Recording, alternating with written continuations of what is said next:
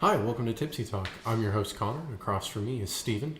Hello. On this podcast, we talk about things from magic to drinks to music, nerd culture, all that kind of stuff. And apparently how Steven got fucked over by Rockstar. It's bullshit, dude. I literally tried to start up their new launcher, right? Mm-hmm. I just wanted to download the game because before you could sign in. Okay. And so they were like, oh, it requires a launcher now. I'm like, okay, cool, whatever. I'll just sign in on that, and they'll recognize the key that I already have that I've logged into the game with that account with. Uh-huh.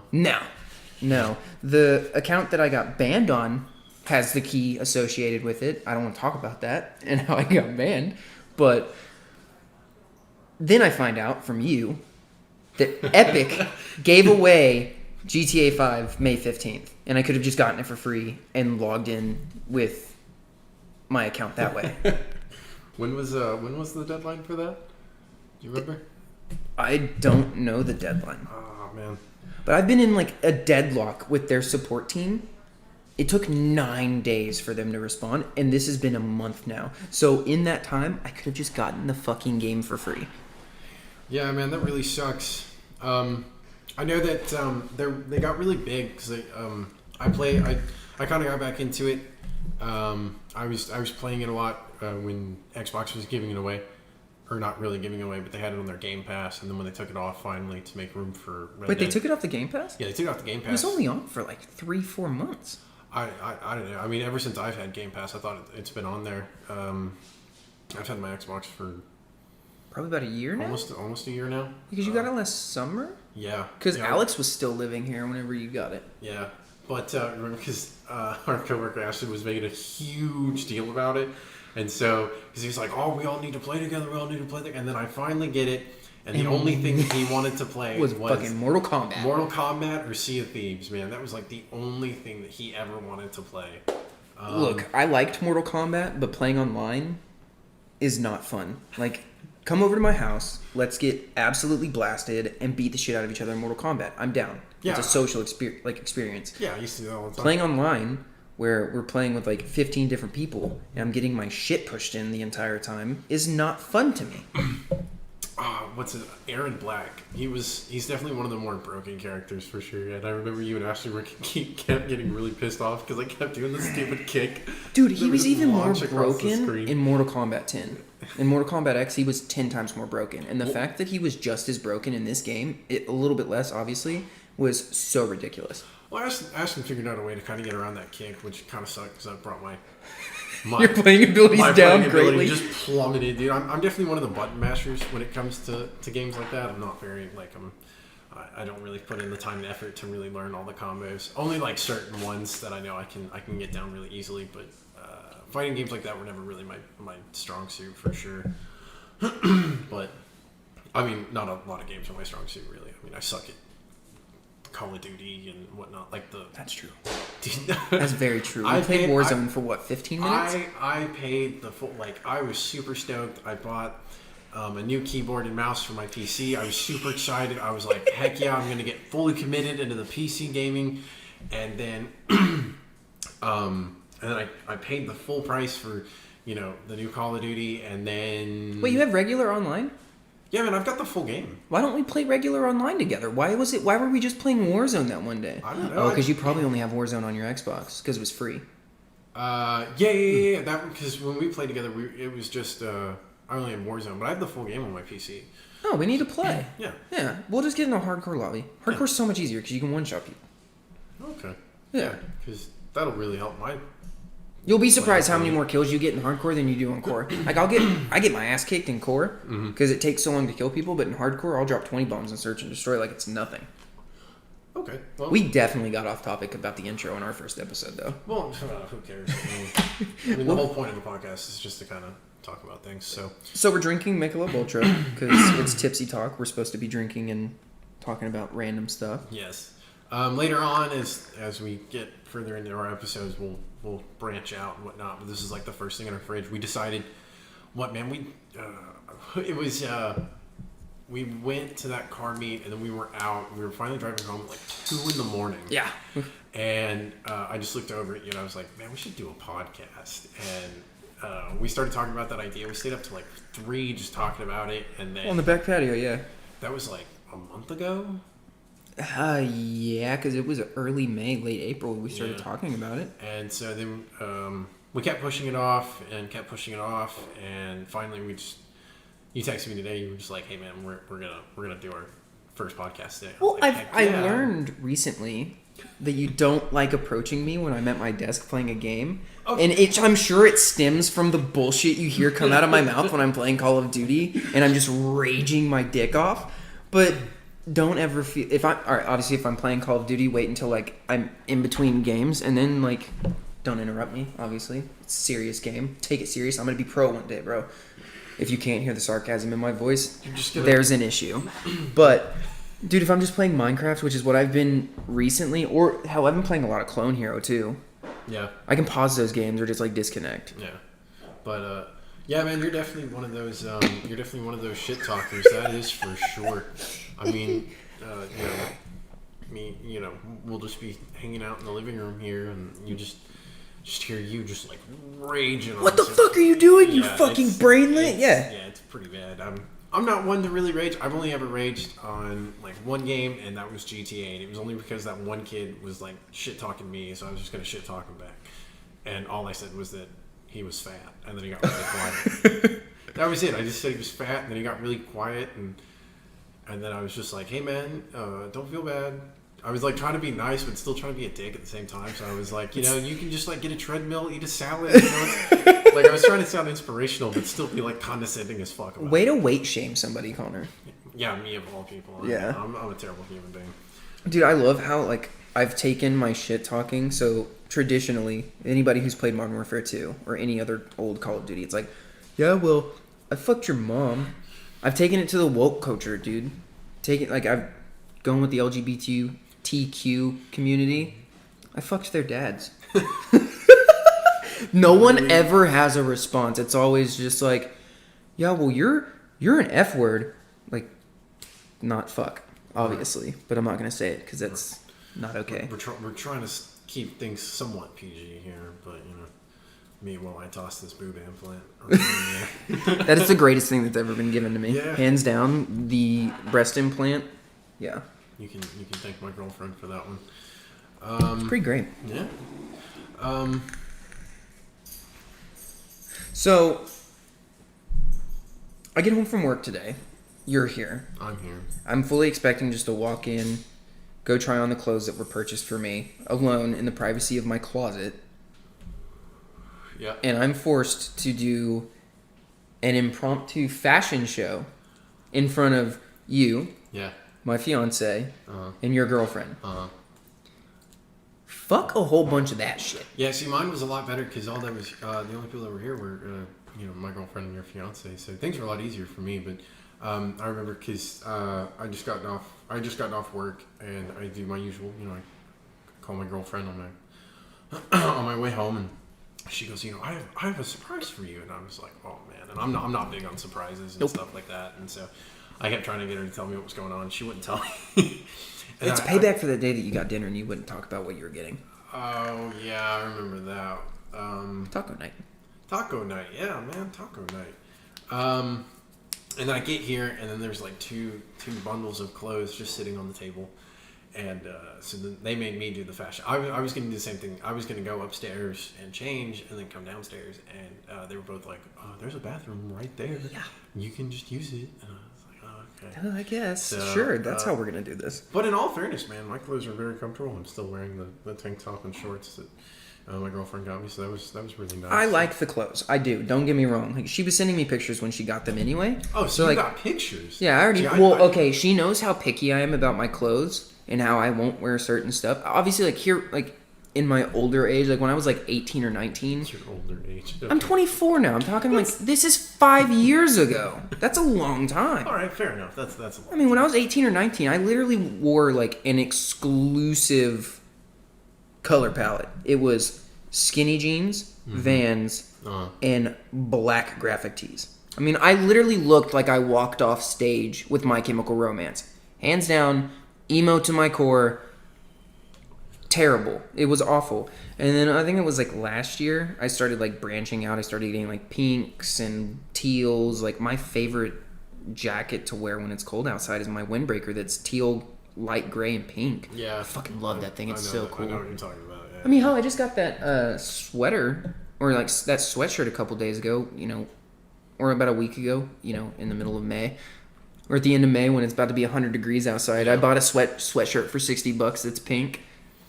Oh, yeah. That's right. It's sitting right there. Yeah, that one. Mm-hmm. First day I got it, sitting over here eating my Taco Bell. Fucking cheese on it. Yeah, man, my fashion style and growing up, I got a lot of hand-me-downs. I'm the youngest out of 5. So 90% of my clothes, or my t-shirts, were my dad's. Like old band tees and stuff, but these are like authentic, like from concerts and shit. Yeah. So. Well, all mine were like hand-me-downs and stuff, so I had to try to make things work. And my color palette was strictly dark clothing. I was, you see those memes about the kids in middle school that would wear like hoodies and stuff in like 90-degree weather because they were insecure. That was definitely me. I wore sweatpants at the end of the school year in a jacket because it was cold in school, but also because I didn't give a fuck anymore senior year. Like I already had to make up hours for skipping class. Like. Not condoning it whatsoever, like just go to class, it's not worth it, but I skipped class, so like obviously like I didn't give a shit anymore. It had nothing to do with like me being insecure, but it was also like hellaciously cold in there, so like I'm gonna wear a hoodie and sweatpants. Yeah, man, my school was super cold all the time. I shouldn't say I never skipped class. My senior year I was told that I had to take a fine arts elective to graduate, and I was fuck that. I was like, all right, man, you know what? I'm gonna take intro to art, and I was like, easy A. In class with a bunch of freshmen. Yeah, so I get there, and there's a bunch of freshmen, and so after the fact, I found out that that wasn't. I didn't actually need it. I took 3 courses of ROTC, and that counted for my fine arts elective. And so I went to the teacher. She kind of already knew who I was. She'd seen me around school, and I was friends with this one student that she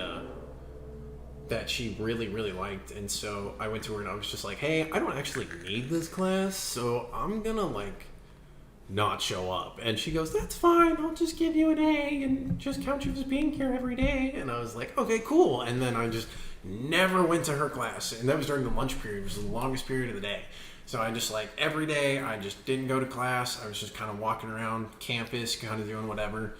So that was my senior year. And like so just show up for tests and shit. No, I didn't even show up for tests. Like I think one day she caught, or I was walking past her class during that period one day, and she stops me and she goes, "Hey, I need you to come in here." It was during the last few weeks of school. And final. She goes, hey, I need you to just come in here real quick and do this final. And so I just sat down, looked at it, bullshitted it, handed it in, and then left. And that was the only class I got an A in for that whole year, which looked good on my report card or made my GPA look great. Not that it mattered, but... The only class I got an A in my senior year was...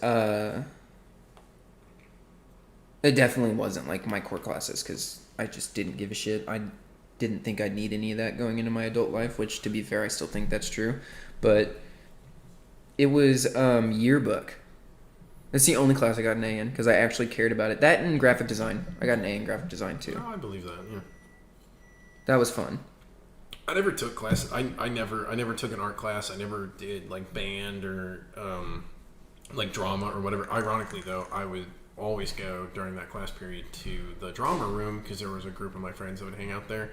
A couple of them started... Don't lie, you went for a girl. Yeah, totally.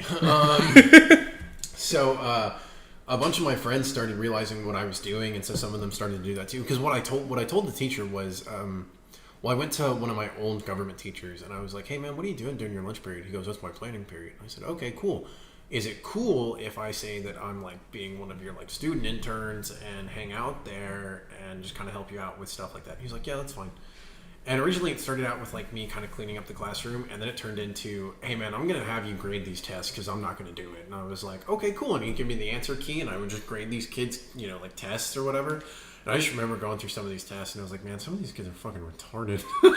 Dude, you wield so much power, and like if I was in that position, if I found some kid that I didn't like, I'd be like, F for fuck you and how much you bullied me all my life in school. Like, go fuck yourself. You're not passing this, and you're definitely not graduating. They were all just like underclassmen or whatever, but I didn't know any of them. But wait, hold on. Underclassmen took government at your school? Yeah, man. It was. Well, actually, it wasn't government. He was the U.S. history teacher. Because how ours worked was we took government freshman year. What? Yeah, we took government freshman year, and then. So they gave you a full 3 years to like forget how the government works. I mean, yeah, pretty much. But then after that, we got into I took world history, and then I had to take AP world history after that the same year, and then it was U.S. history, and then the last one was economics. See, senior year, we took, freshman year was, I think it was just regular history. Sophomore year was, I don't remember what sophomore year was, but I know junior year was U.S. history because I took AP U.S. history my junior year. Right. And then senior year, we took government and economics. It was half semester classes. So like my first semester, I took economics, and then the second semester, I took government. Right. I had a baseball coach as my teacher. Yeah, I had one of the coaches as my world history teacher. Yeah, and he was a cool guy. Since I played baseball my freshman year, and I had to quit because I threw my rotator cuff out. Right. Like, he already knew me, and he like didn't hate me for quitting. I did absolutely nothing in that class. Absolutely nothing. But I still like had to go, but he would give me an A just for being there, which was really cool. Nice. What games have you been playing recently? So recently I finally got my hands on a Switch. As you know, my girlfriend and I went to the Target.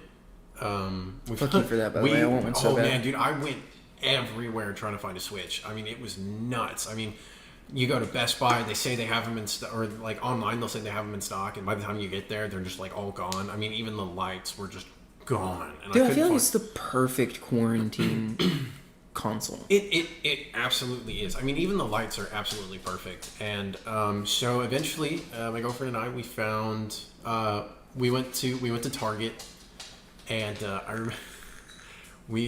I remember too, because your fiance wanted to go with us, and I asked her if she could go without spending $500, and then she gave me this look. I wish she would have gone and spent $500. At least she would have come back with 2 Switches, hopefully. Well, the funny thing is that we finally get there, and so I knew what I was going there for, but I didn't tell my girlfriend what we were going there for, and we ended up looking at jeans, and the whole time we're looking at jeans, I'm sitting there thinking, man, if they actually have one, like, someone's gonna buy it like right now, and I'm gonna be so pissed. So we get to the electronics section, and sure enough, there they are. There was 2 more left, Switch lights. So we both bought them.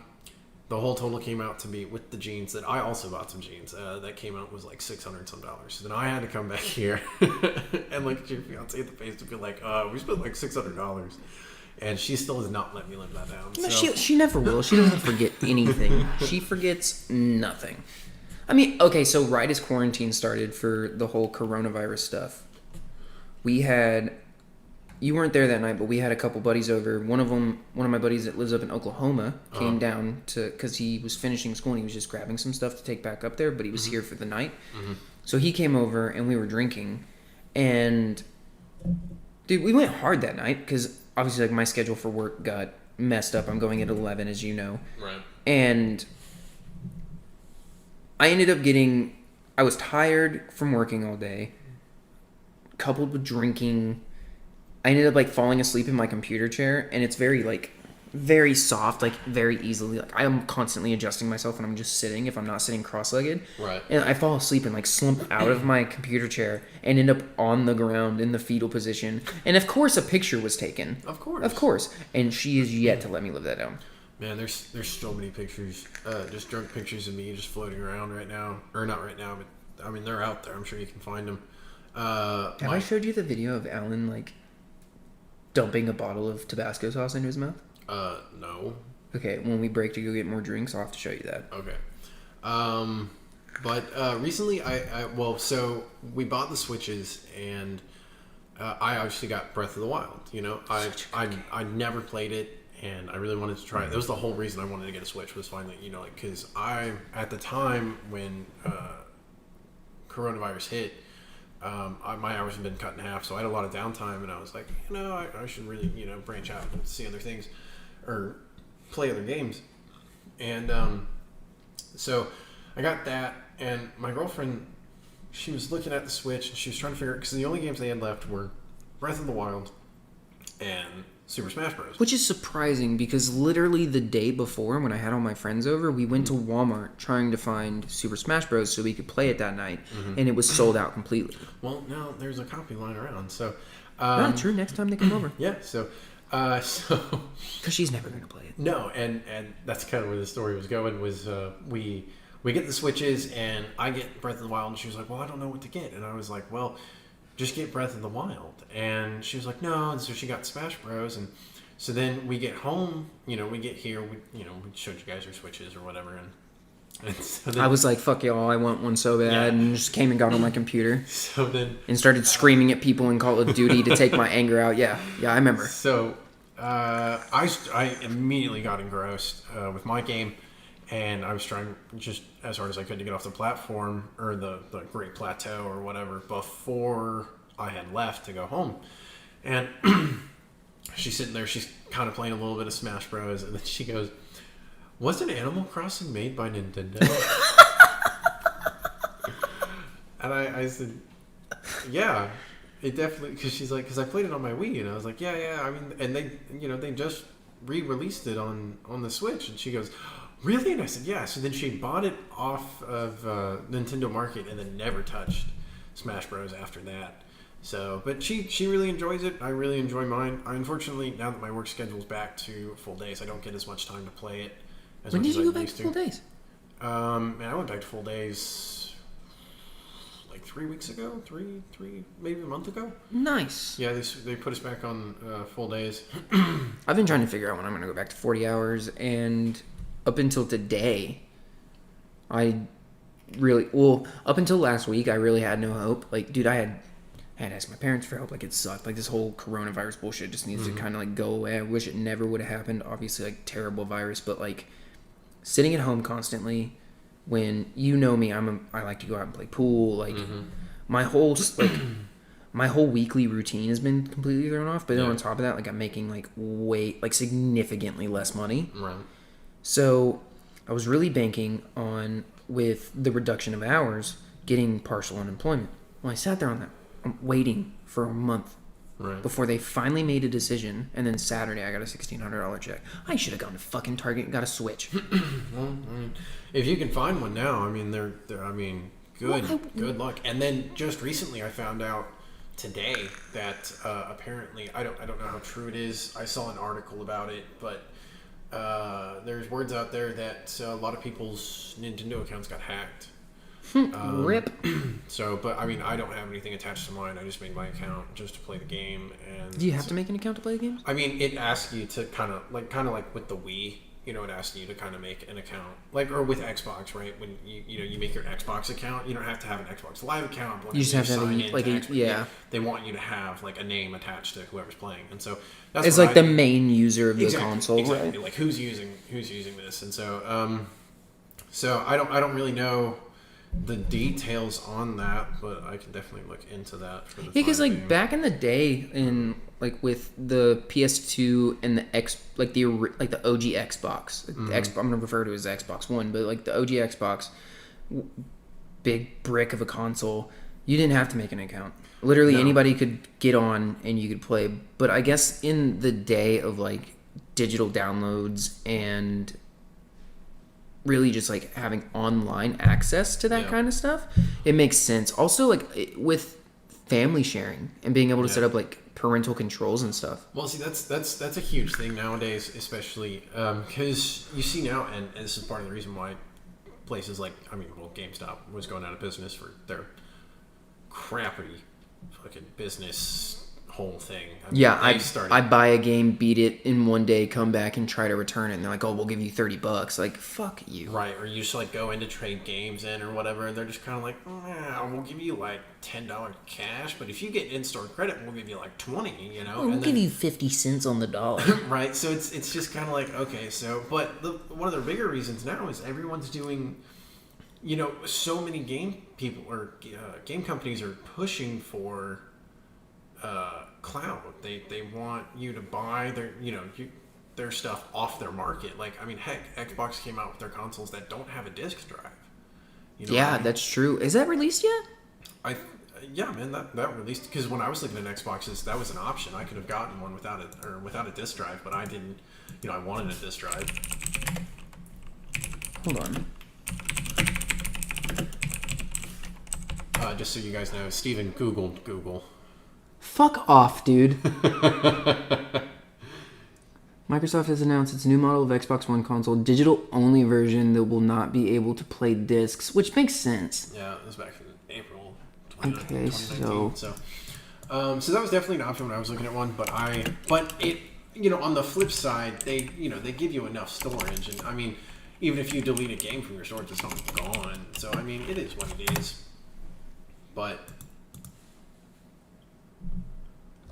it has released. That's significantly cheaper than my Xbox. Holy shit. Mine was like $300. Granted, I didn't pay for mine. It was a Christmas gift from Brooke, but that's significantly cheaper than mine. I think she paid like... That's super cheap. I think she paid like $300 for it. I could be wrong, though. Speaking of gifts, I think the best gift I've ever received was when my girlfriend bought me my VR headset for my PlayStation. Only to play Five Nights at Freddy's? I play other things on it, but mostly what other games have you played with your PlayStation VR other than Five Nights at Freddy's? I will tell you. It was if it's more than 2, I'll be surprised. Okay, so one of the really cool things that it came with was so it came with 2 games in and of itself. One was, God, what was it? Blood and Trust or something like that. And it's just this game where I don't even know. I to be honest, I didn't invest a whole lot of time into the game. But it's just kind of like a run and gun sort of game, essentially, is what it is. It has a storyline behind it. It is kind of cool, but I was more invested into Five Nights at Freddy's. So you haven't played it. But I did play it. No, but you haven't. But there's a difference between like when you get a console and the game that comes with it, like being like, okay, I got it for free, I'll try it, compared to investing at least like 24 hours worth of your time to play a game. One game I can 100% guarantee you that I am going to get is Super Hot. Dude, I've seen it. So the VR came with a demo disc, right? Which had a lot of different games on it. It also came when I installed the VR headset, my PlayStation automatically, because PlayStation has their VR room, which is automatically on your PlayStation. So once my VR headset got all connected and everything, it was like, hey, cool, and it downloaded the VR game that goes into the game room for free, and it's actually super fun. It's got a lot of cool party games on it and stuff. So when I move in here and we hook it all up and everything, I'm gonna take full advantage of that. Yeah. Oh no, dude, it's insane. My girlfriend and I played a lot of different games on it. Like we tested out some of the party games, but it's hard to do with just 2 people. But it is really fun. But it came with the demo disc that had a demo of Super Hot on it, and I played that demo over and over and over and over until I had absolutely nailed everything that I could do in that game. And I mean, it is absolutely phenomenal. I love it. It's super awesome. But the really cool thing was the first time I finished the demo it was like, hey, thanks for playing. And then it the screen blacks out and then it throws you into this room and everything looks super realistic. It's like they just took a 360 view of the room and they just made it. And then it's got this above you, it's got this kind of makeshift VR thing dangling over your head as if that's what you were wearing, and it pops it off, and then the whole room starts to get engulfed in this black ooze stuff, and then it blacks out. And I'm gonna be honest, dude, I mean, FNAF's kind of scared me a lot, but that first experience. For anybody who doesn't call it by an acronym, he's talking about Five Nights at Freddy's, and it's the most infuriating thing to hear is somebody call a game like Five Nights at Freddy's FNAF. I don't know anybody else but you who calls it that. Okay, so when and I know for a fact Markiplier has played that game a lot, and so has Jacksepticeye, and I've never once heard them refer to it as FNAF. I mean, fair enough. I watch a lot of game theories, so... Is that who you got it from? Yeah, he calls it FNAF. That's... Funnily enough, I've never watched his stuff. I mean, so I'm not... His Five Nights at Freddy's series... I may have watched Game 3, I'm not sure. Was, like, the one thing that really got me hooked onto his channel. Because he, like, goes into great detail about it. Like, back in high school, when it came out... God, I don't remember what year that game came out. But I bought it on a whim. Someone had got me we did a Secret Santa with me and my friends, and the person who got me gave me a iTunes gift card.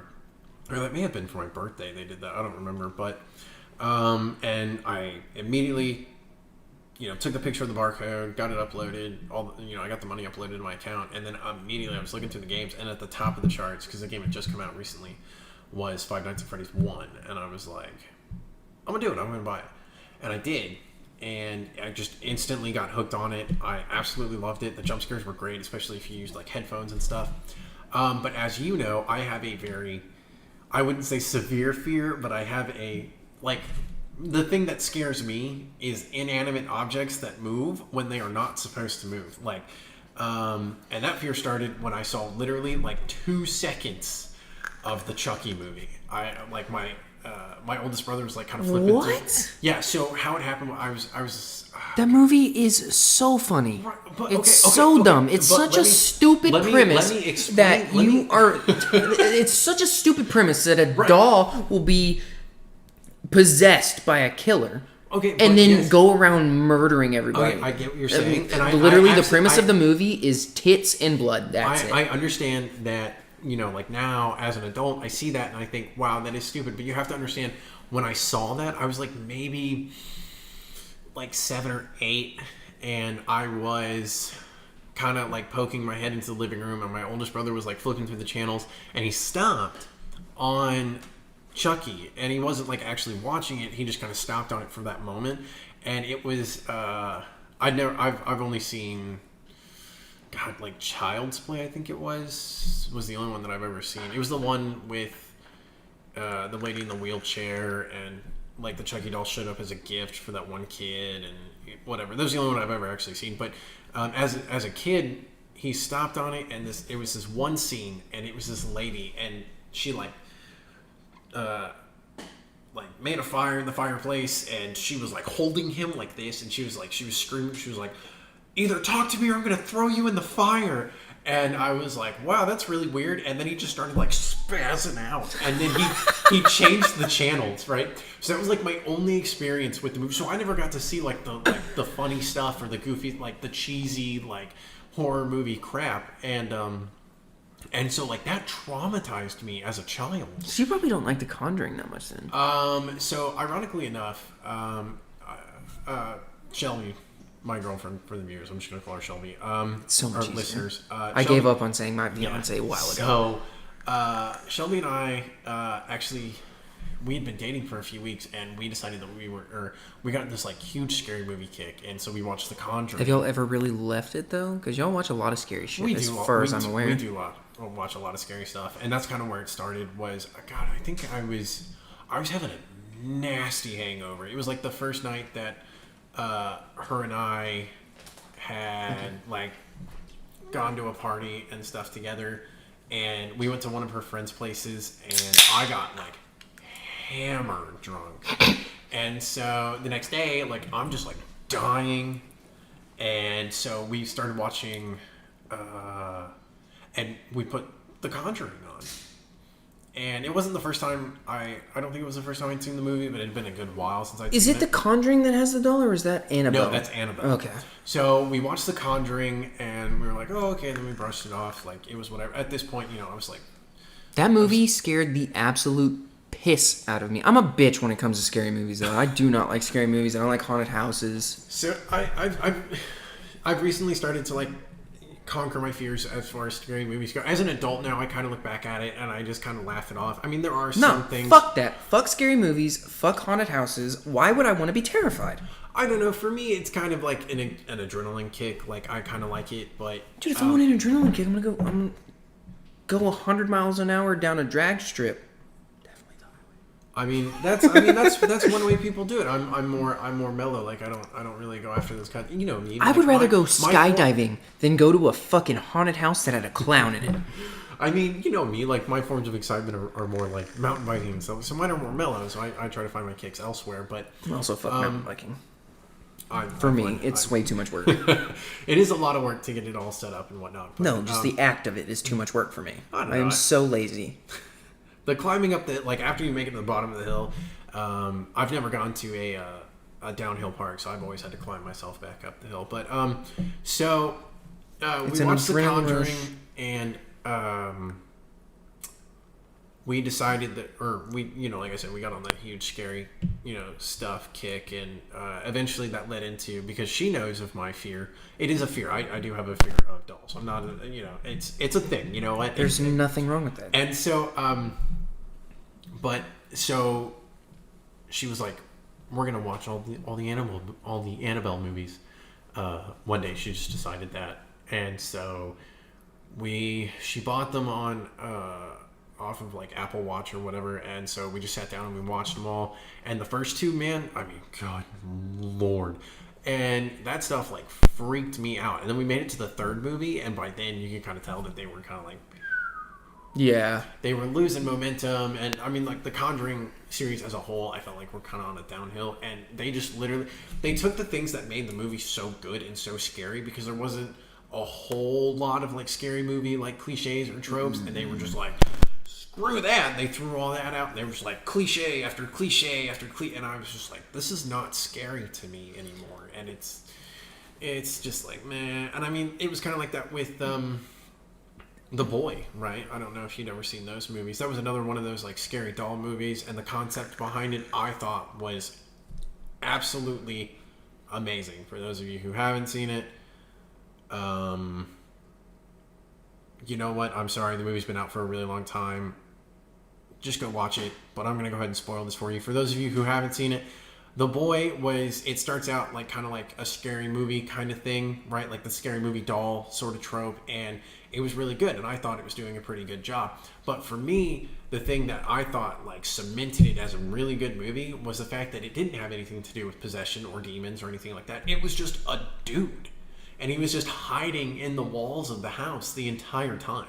What? And yeah, so that was the concept of the movie, was that the doll would be moving around the house, and the girl that was supposed to be house sitting and watching the doll, that the parents like kind of portrayed as, our son died, we are now perceiving this doll as our son, love and cherish this doll, it is our son, we're going to go on vacation.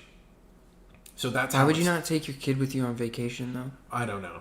But anywho, so that's how it all starts. And that immediately, obviously I gotta let you finish, but like that concept right there, immediately like, love and cherish this doll, we're gonna dip the fuck out and go on vacation. Like, right. What parent just leaves their kid behind on vacation? Right. Well, a lot probably. Some people do, but okay, so she thinks, all right, cool, I'm gonna get paid to just hang out in this house for like 3 weeks or however long, I don't know how long it was supposed to be, and I'm going to get paid boatloads of money to do this, so whatever, screw this. And also she was apparently trying to get away from an abusive relationship and things like that. So so then the movie goes on, and weird things start happening. The doll starts moving, she starts to hear noises and things happening, and then she herself goes away from the whole, I think this is a joke, to she then full-blown believes that the doll is possessed by the boy who died, and she's okay with it. She's like, I'm fine with that. And me, myself, personally, I've been like,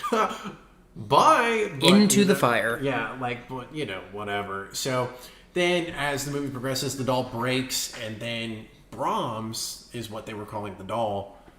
Brahms is the boy. He never actually died, and he's just been living inside the walls this entire time, and the parents knew that, because the parents later in the movie, you see they write a letter to Brahms saying, "Hey, we're not coming home." Because apparently he was like tormenting them or something or whatever. I don't know. Yeah, I'd be tormented too if a dog got randomly moved around my house by some dude in the wall. They knew that their son was there the whole time, and he was. I don't know if originally they were trying to protect him because apparently he had killed a girl.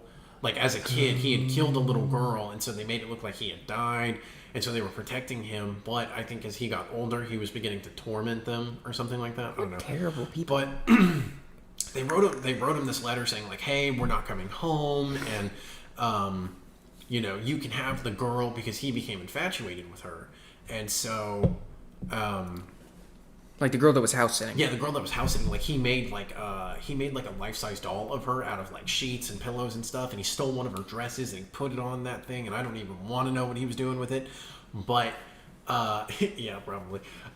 So then the doll They make breaks. websites for that kind of shit, right? Like you can just go buy something for that. So the doll breaks, and then he gets pissed off, but you still don't know that it's him, and so the walls start to shake and stuff starts falling off the walls, and I just remember thinking, holy crap. And then the abusive husband or whatever from the girl's like former life showed up, and he was the one that broke the doll, and so he's like listening in on the wall, and then Brahms like breaks this mirror and then like emerges out, and he's wearing this like creepy doll mask thing, and I just remember thinking, holy crap. And I may be That's pretty such a easily plot twist. I may be pretty easily entertained or whatever, and some of you guys might think that I'm being ridiculous, but I thought that was a really cool way to kind of flip that whole sort of genre on its head, you know? Yeah. And that it wasn't a supernatural thing, and that it was actually just a person the entire time. And then he starts chasing them through the house and whatnot, and then they get away. And so I thought the original movie was beautiful. I thought it was great. I thought it was a really good movie. And then they came out with the second one, and then they just took the stuff that I thought made it really good. And some of you people might not think it was good, and some listeners might think that it was a dumb idea and that and whatnot.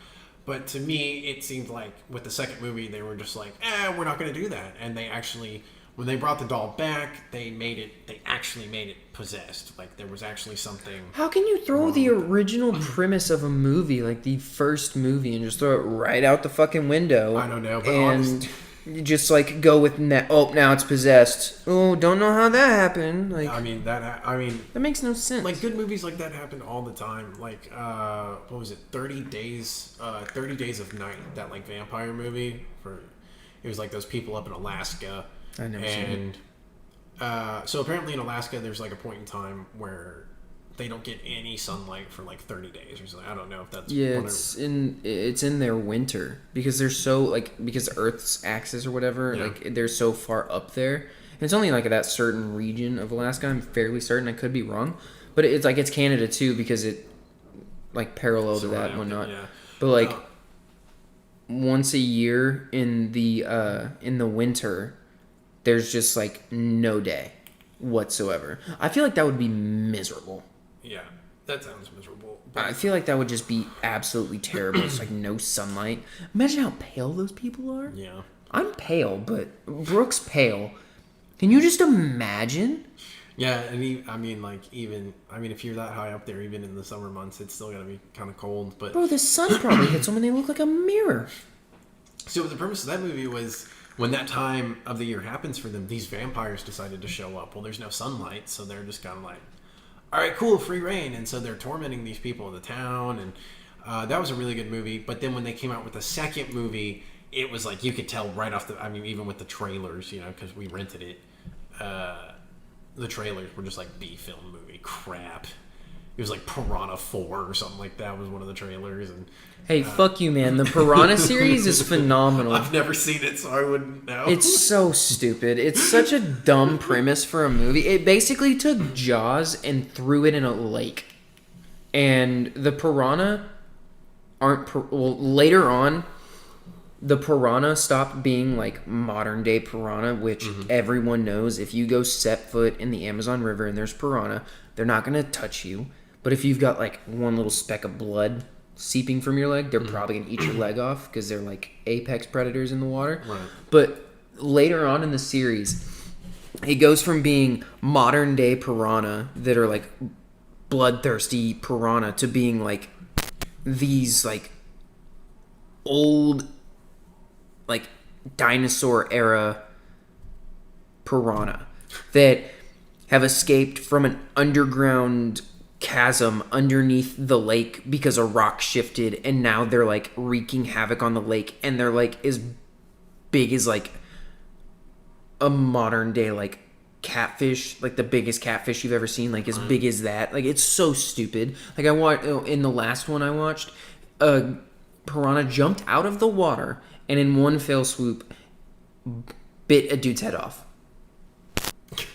But last time I watched it, I was like 15 or 16, and like going through puberty and whatnot. Like it was the greatest movies ever because there's like a bunch of titties and it's stupid. They're dumb movies. It's like Freddy or it's like the Jason movies now. Right. It has nothing to do with the original one where it's like super scary and like a great concept. Right. It's just literally about high school kids go to cabin, do high school kid stuff, tits are everywhere. Well, I guess college kids really, because high school would be kind of weird. Yeah. But tits everywhere, and then Jason shows up and murders everybody but one person, and then Jason ends up back in the lake. And then 15 years later, in movie time, here we go again. It's so dumb. I mean, that happens with a lot of, like, take the Saw movies, for example, man. I mean, I thought the first one was absolutely great. I thought it was really good. It was a genre bender, because it was considered a scary movie, but it was like a thriller scary movie slash right. like puzzle. And it was made on like a bare minimum budget, and so good. And they did a really good job. And then so that movie took off, or that movie. I even really think well. 2 and 3 are good. I thought 2 was absolutely phenomenal. They took the original concept, they expanded on it, and then it was really, really good. Like you find out that like the original guy, or like the original victim who cut his leg off in the original one actually became like Saw's underling, I believe. I know that 2... Or this might be the last movie where they like... I thought the last movie, because it finally closed everything. I didn't see that one. Well, so it might have been the last movie, but like in one of the movies you find out that like pretty much one victim from every single movie works under Jigsaw or the current Jigsaw and like creates their own Jigsaw masterpiece. I knew that, but through the series it went from being like really cool, like the original one, they're in the bathroom, they've got to either cut their leg off or do something to get the key, and then at the end of the movie like Jigsaw's literally just laying in the middle. They thought he was like the first victim, but he's just been there alive the whole time.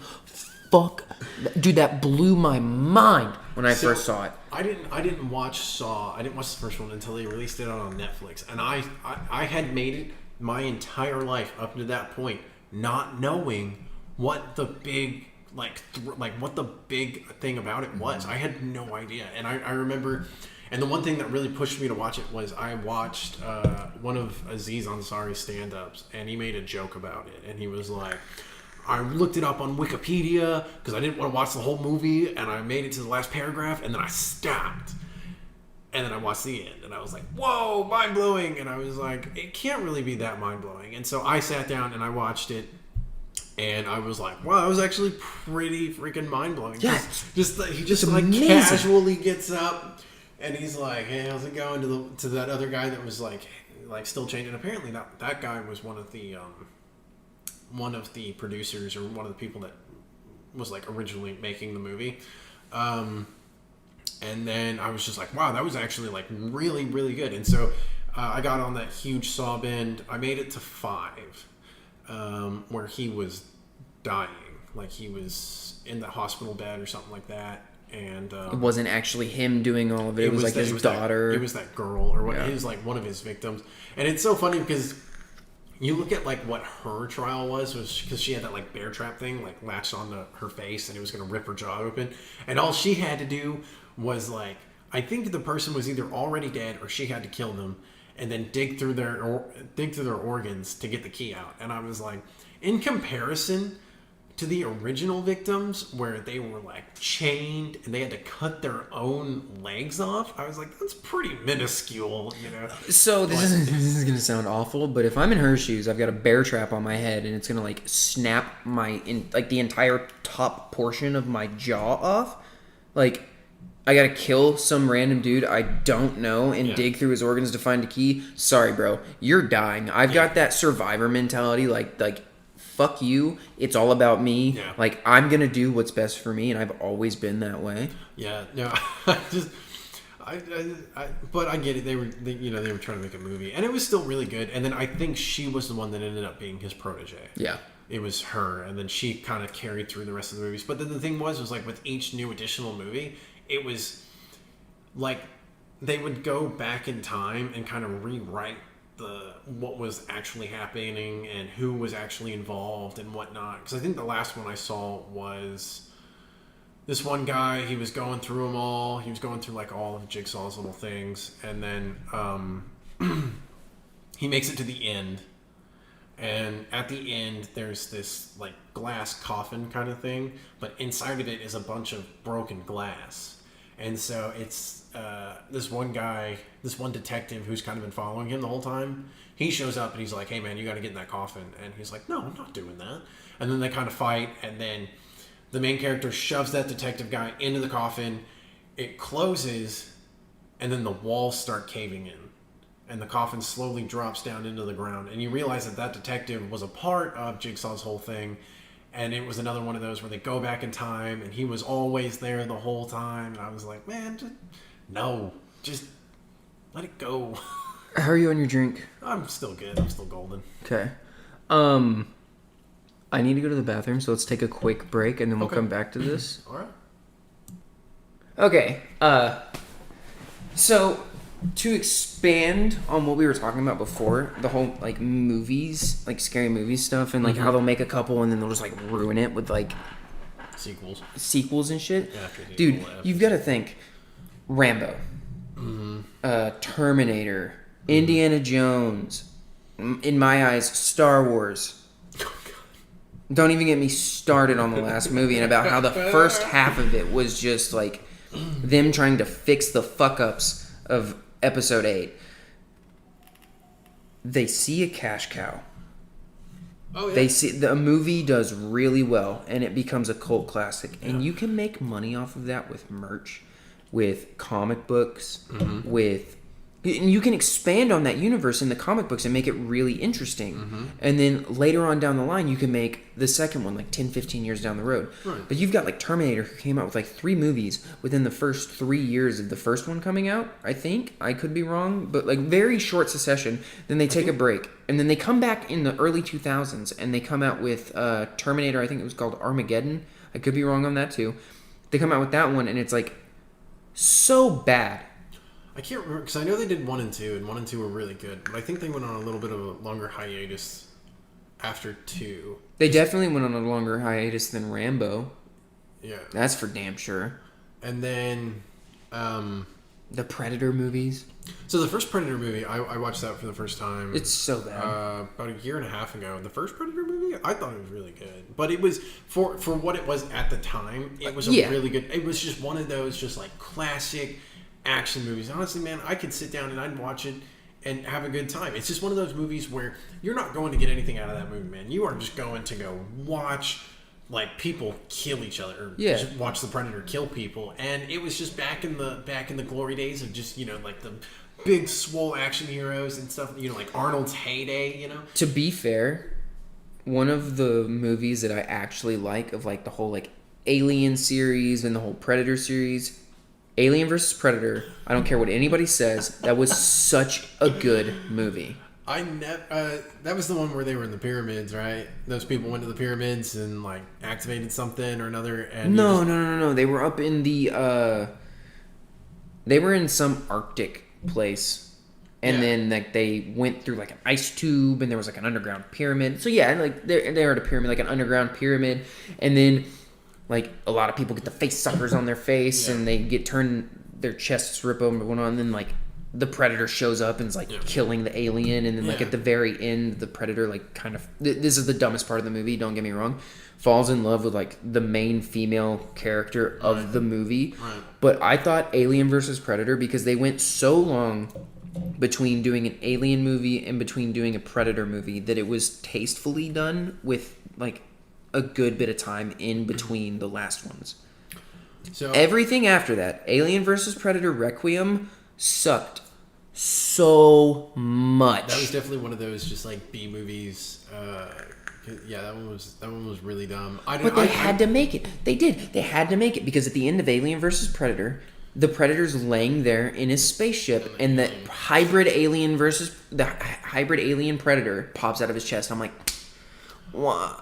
I mean, there's a very, very, very large chunk of people that do not like the Alien versus Predator movies. I've only seen the Requiem. I saw like bits and pieces of Alien versus Predator, but crap, where was I going with that? I do not remember. But I think what's really hurting movies nowadays is the whole.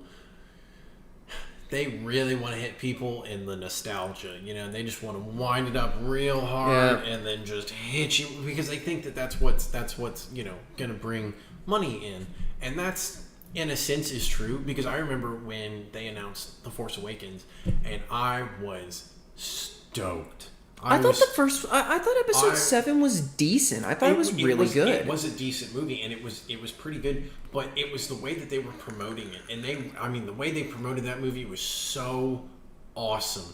And because you bring out, they show Kylo, right, for the first time, and you think, holy cow, like that dude is gonna be a big bad dude. His lightsaber alone made him look like a pimp. It really did. They promoted him to be such an awesome villain, and then on top of that, I remember thinking when I first saw him, and I was like, wow, that's really cool, but man, they're really kind of ripping off Vader there. And then he's basing himself off of Vader, and I was like, if he's basing himself off of Vader and what Vader was, he was this big, ominous villain. In all reality, Vader didn't do a whole lot, but what he did do showed that he was a force to be reckoned with, right? He would just sit. He stared at those people. The greatest Vader scene ever wasn't even in the original trilogy. It was in Rogue One, when it finally shows him on the ship and he just destroys those people. Yeah, dude. That's something like back then. The choreography was bad. The suit he wore was so clunky that he couldn't get like the fight scenes that we do now, and it was so good. Yeah, even the fight between Luke and Vader, he wasn't showing what he was truly capable of. And if you understand that Vader's still Anakin, and Anakin was the most powerful Jedi to exist. Okay, he was. There's no ands if or dude. That's up for debate. That is up for debate. Okay, even if you want to scale that back and say he was one of the most powerful Jedi to exist. Still never made the council. He made the council. He didn't make the rank of.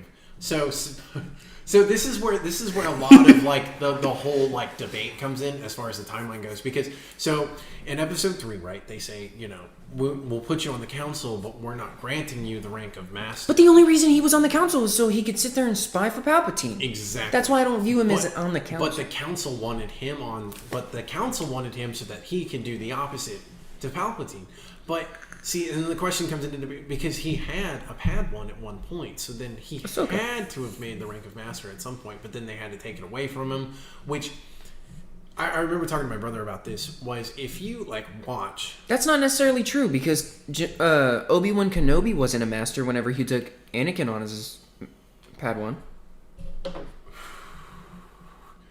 I don't really know exactly the whole... I have looked into a lot of the Star Wars lore. So he wasn't considered a master. He wasn't a master whenever he took on his Padawan. And you gotta think, there's not a whole lot of people on the Jedi Council, and if only masters are on the council, There's way more Padawans than there are Masters.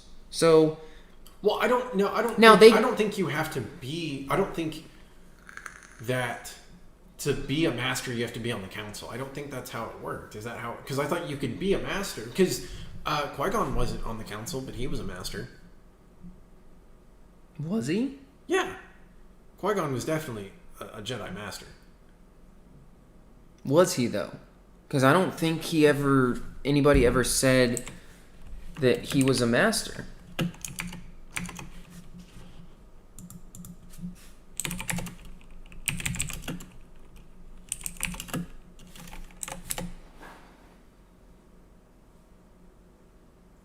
Yeah, he was a master. But to be fair, he, as far as I'm aware, in the lore of Star Wars, he didn't want to be on the council. No, he didn't believe in a lot of what the Jedi Council had. He didn't believe in a lot of their ideology. Which is surprising that Obi-Wan joined the council as Qui-Gon was his master. You know what? I'm assuming. No, that wouldn't make sense because you take on a Padawan, I would assume you'd become a master immediately, right? I thought that's how that worked, but again, if I remember talking about this with my brother, if you watch like episode 1 and then episode 2 and then you watch the Clone Wars series and then you watch episode 3, episode 3 hits a lot harder. Oh, that's for sure. Because the issue that episode 3, the issue that George had, right? It wasn't George's story that was the problem. The issue was that he tried to cram so much.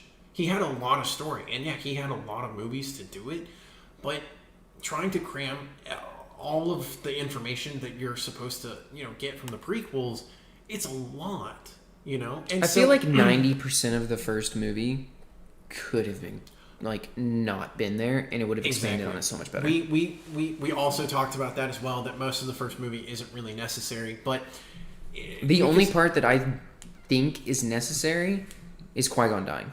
Yeah, Qui-Gon's existence alone is what it doesn't seem like a big deal, but Qui-Gon's existence is necessary, especially when you find out that he was the one that kind of made becoming one with the Force kind of a big thing, and later on taught Obi-Wan how to do that. But if you watch, because the issue that a lot of people, or I shouldn't say a lot of people, I have an issue with how he became the Force Ghost, by the way.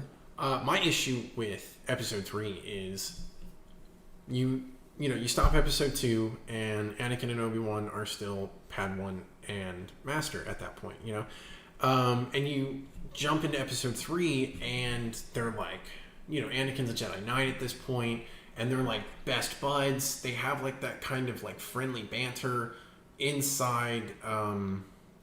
I feel as though they have a very strong father-son relationship. Exactly. And they have, in episode 2, yes, but more in episode 3, it was kind of more like friendship. They were brothers at that point. And they had like good interactions and good banter and chemistry in the beginning of episode 3, but they didn't get enough screen time together for you to fully grasp their relationship at that point and what they meant to each other. But if you watch like Clone Wars and see everything they kind of went through, I don't know, together, dude. In that last scene where they're actually on screen together, when Obi-Wan says like, "You were my brother, I loved you." Right, I felt that, dude. Yeah, the words are there, and you can kind of feel that impact. I mean, I did as a kid when I watched episode 3, but at the same time, you don't really get to feel that real solid impact. In my mind, after I watched like the Clone Wars, and then I watched episode 3, and again, the timing of episode 3 is kind of rough because it's supposed to be like months, but it looks like it's only been like a couple of weeks. And then you kind of watch Anakin fall, and then Obi-Wan has to be the one to stop him. That impact after watching the Clone Wars and all that hit a lot harder. And I think that's kind of what you need to do to fully grasp what that really was. That's true. I will always be an avid Star Wars fan, and the only time I've ever really boycotted a Star Wars movie was after Episode 8, and I refused to watch the Episode 9? No, I watched Oh, episode 9 in the theater. I refused to didn't. watch Solo in theaters. Yeah, that movie lost money. Yeah, I know, and it sucks because it's such a good movie, and they're doing such a better job at like the secondary like movies that they're doing. Rogue One. Dude, Rogue One was so good. Phenomenal movie. It was so good. And I'm gonna kind of touch on something. I know that I don't really know. You know, we didn't really talk about exactly how we were going to talk about like certain like hot button topics, but man, this whole like thing with Rey and her being a strong female character, the way that they handled that was garbage. But if you look at Rogue One, right, I don't remember the main character's name. They made Rey look like a bitch. They made Rey a Mary Sue.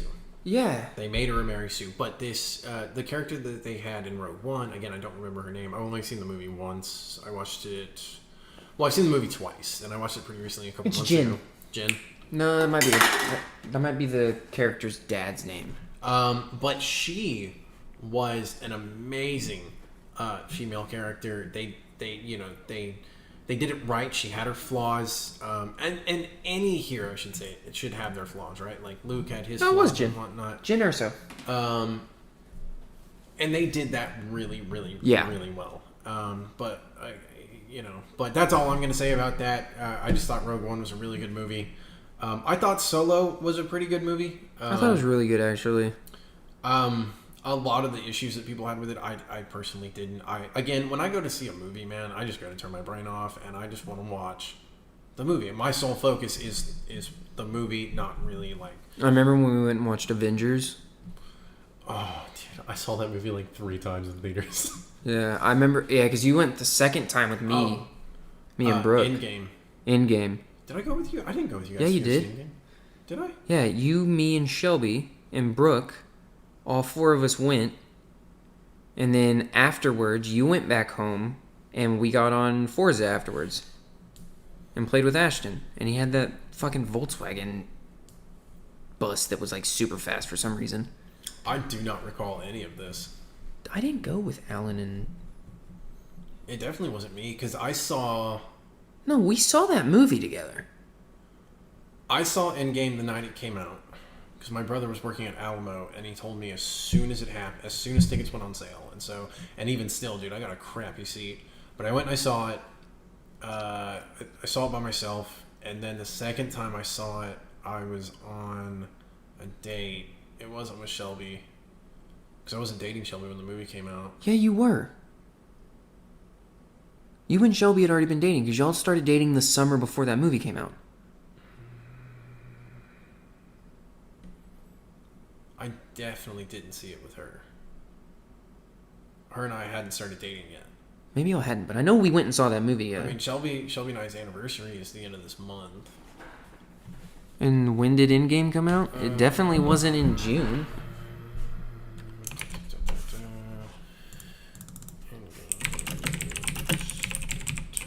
It was April 26, 2019. Yeah, so Shelby and I hadn't started dating yet.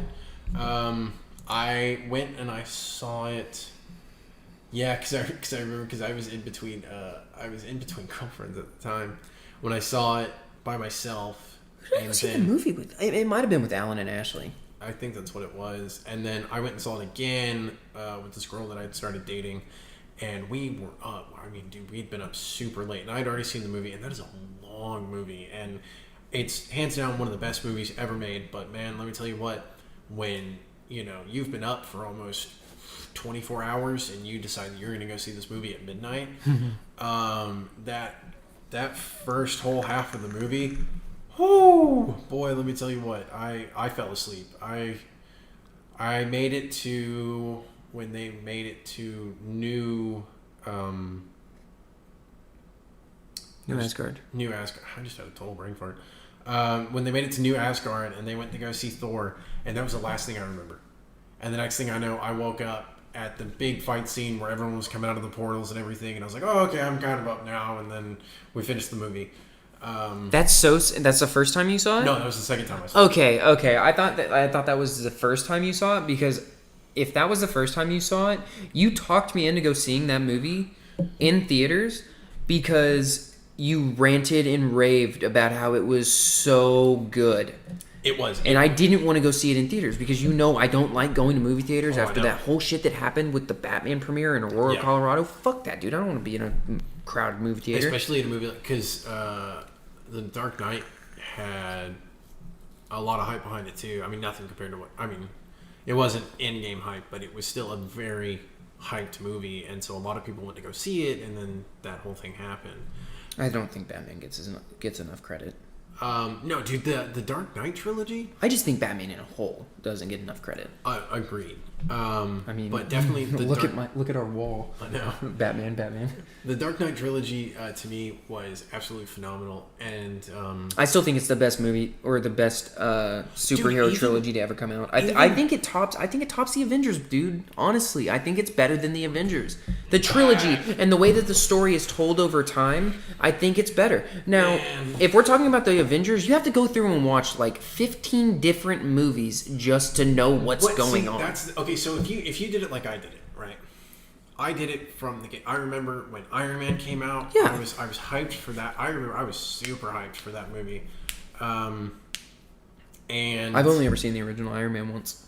Dude, that movie still holds up, and I think a lot of that has to do with the fact that Paramount made that movie. Also, Robert Downey Jr. is just a phenomenal actor. And that was, dude, Robert Downey Jr. just came back from like his whole like downfall. He came back on the scene and he owned it. And I think a lot of that has to do with the fact that he owned what caused, his downfall. But dude, that first Iron Man movie, it still holds up today. Yeah. I mean, if you sat down and you watched it, you honest to God, man, I remember. I don't doubt that. I mean, Robert Downey Jr. alone and Jon Favreau.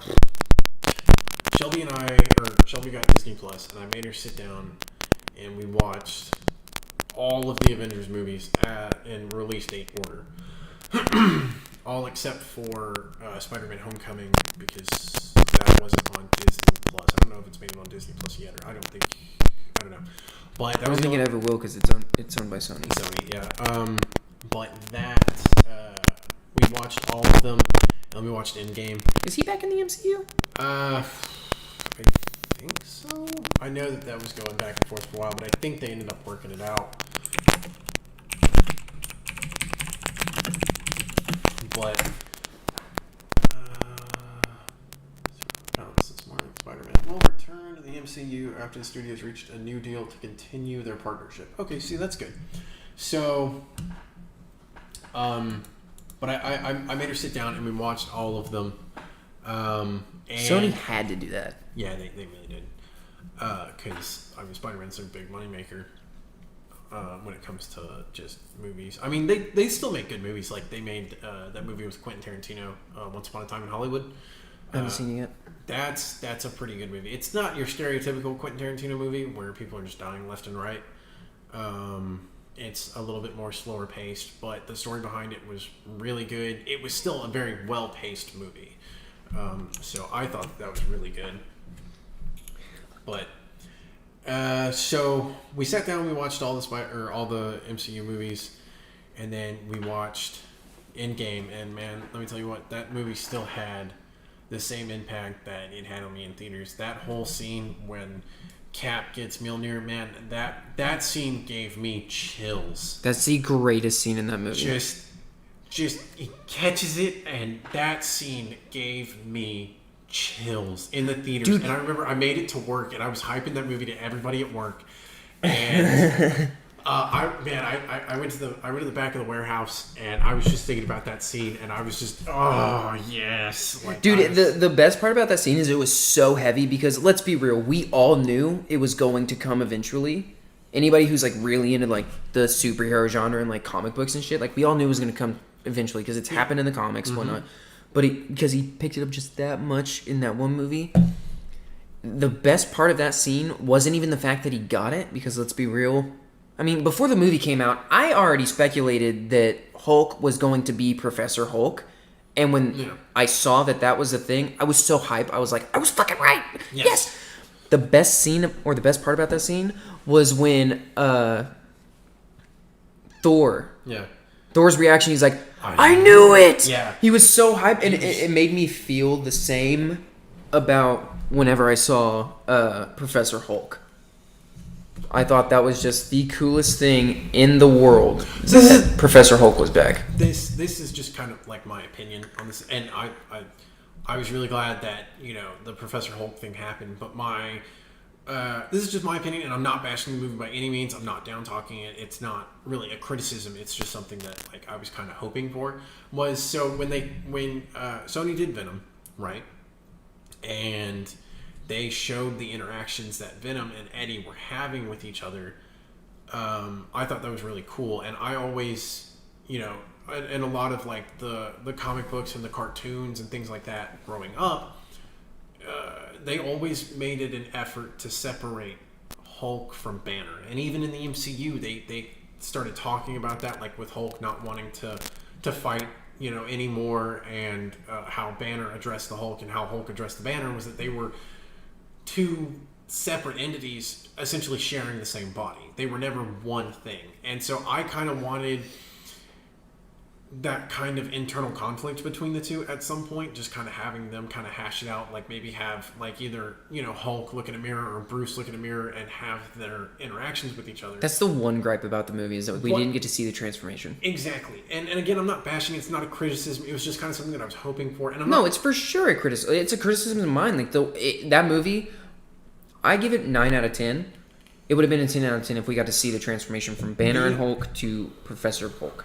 The only issue that Disney was having, and I feel like they would have gotten into it more, the issue they were having was kind of like how Sony has Spider-Man, Universal still owns Hulk.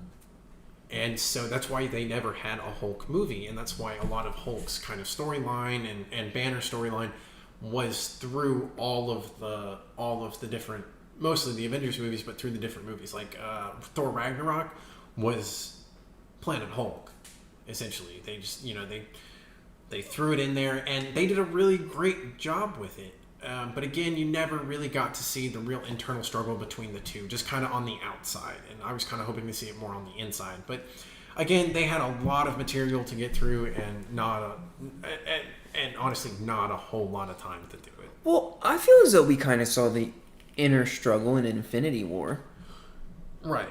Very, obviously, like, if we had a whole movie in between Infinity War, or even between Ragnarok and Infinity War, if we had a whole Hulk movie showing that internal conflict and everything, it would have been perfect. Yeah, man, if we could have had an actual Planet Hulk movie and then have Thor kind of crash land on the planet after the fact, and then still do Thor Ragnarok kind of the same way, but have that like movie in between where Hulk leaves in Age of Ultron and then shows up again in Thor Ragnarok, have that time frame kind of where Hulk makes it to the planet, kind of gains his popularity as the gladiator, and during that time frame have that struggle of Bruce and Hulk kind of trying to figure out who's in control.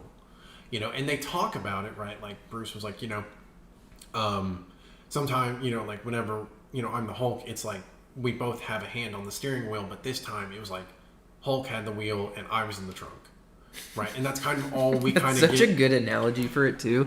And yeah, they did a beautiful job, describing that situation. But unfortunately, we never really got to see the internal struggle between the two. Yeah, I mean, it is what it is, and I still think that the MCU did a phenomenal job. They took their time, and they did it right. Yeah. Versus, DC makes good movies, but man, Batman vs Superman was awful, and so was Justice League. I never saw Justice League, man. I watched Batman vs Superman in theaters. That was another movie I was super hyped for. I saw it in theaters, and I was just like, "What did you do?" What, dude? Most of the time, I was just sitting there like, "What am I watching?" First of all, Batman, the entire movie was just murking people left and right, murdering them without a care. But to be fair, this is like older Batman. Yeah, this is like post Killing Joke Batman, so like it kind of goes with the comic books, but even then, like, Batman was still like not just like smashing dudes with a car. Yeah, I mean, he wasn't shooting his grappling hook into a box and like slamming the box into people. Those people are dead. They died. that was my biggest gripe with the movie, is that like Batman, his one thing is he doesn't kill people. Yeah. He lets the cops give the justice. He lets the justice system take over. He, in that movie, took justice into his own hands. Right. I don't know enough about Batman's comics to really specify. I think that there are versions of Batman out there where that's a thing. Yeah. But I don't know enough about the comics to really be like, yeah, but... You, in the comics, like, Old Man Batman is definitely more brutal. And, like, definitely, like, teeters on that line of, like, I should probably just kill them. I mean, the Killing Joke, for example. I mean, he kills the Joker. Right. I mean, that's in the movie. After Robin dies and he finds out that the Joker did it, he and the Joker have this whole struggle the entire movie, or the entire comic book adaptation and the cartoon series. They have this whole struggle where at the very end you finally realize that the Joker needs Batman and Batman needs the Joker, and Batman kills the Joker. And it is the greatest comic book series of all time. No, I don't give a fuck what anybody says. I don't care about the MCU. I don't care about Marvel at all. The Killing Joke is the greatest Batman series, like comic storyline ever. I as far as comic books are concerned, I think DC does a better job with their comics. You know what would have made the Justice League movie better? If they took their time. Not only that, but if they would have, the one thing that would have just made that movie go from like a solid like piece of garbage to like a somewhat okay movie is if they didn't have the guy who played the Flash play the Flash. They would have just had the guy that played the Flash in the TV show play the Flash, because he already does a really good job at it. Everybody already knows who he is. Why change it? I heard that Ezra. Well, about a month ago, I heard Ezra Miller, the guy who plays the Flash in the movies, he got like a fight or something at a bar or something like that, and he was like somewhere up north where it was like super cold, and I guess the video had surfaced recently or something like that. Was it him running away? No, it was he was like trying to pick a fight with, or I don't know what happened, but ultimately he got into an altercation with somebody at a bar, and they made him stand outside, and he was like wearing flip-flops and stuff, and then he didn't leave. He just continued to stand there, and I was just like, just leave, bro. I don't know. His run was so god awful. I never watched the Justice League movie. I actually do, because it's funny to watch now and know how bad it is. Yeah. But like, the Flash's run in that movie was so bad, and it honestly felt like they tried to cram every single Justice League comic book into one. Like, there's a whole comic book where the Flash and Superman have a race, and in the movie they try to cram that into the movie where the Flash and Superman have a race, and it just was like horribly done. Whereas like, I felt as though up until the fight scene, right, it was somewhat tastefully done. Now, the best DC movie to ever come out, other than the Batman trilogies, or the Batman trilogy, the Dark Knight trilogy. That's what I'm trying to say. The Dark Knight trilogy, Aquaman.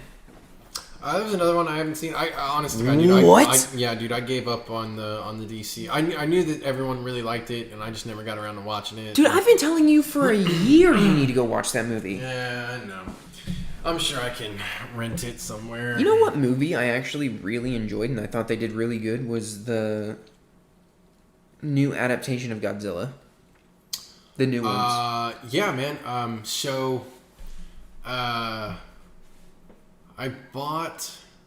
I really wanted to see the first one that they made in theaters. I never got a chance to do it, but as soon as it came out on DVD or Blu-ray or whatever, I bought it.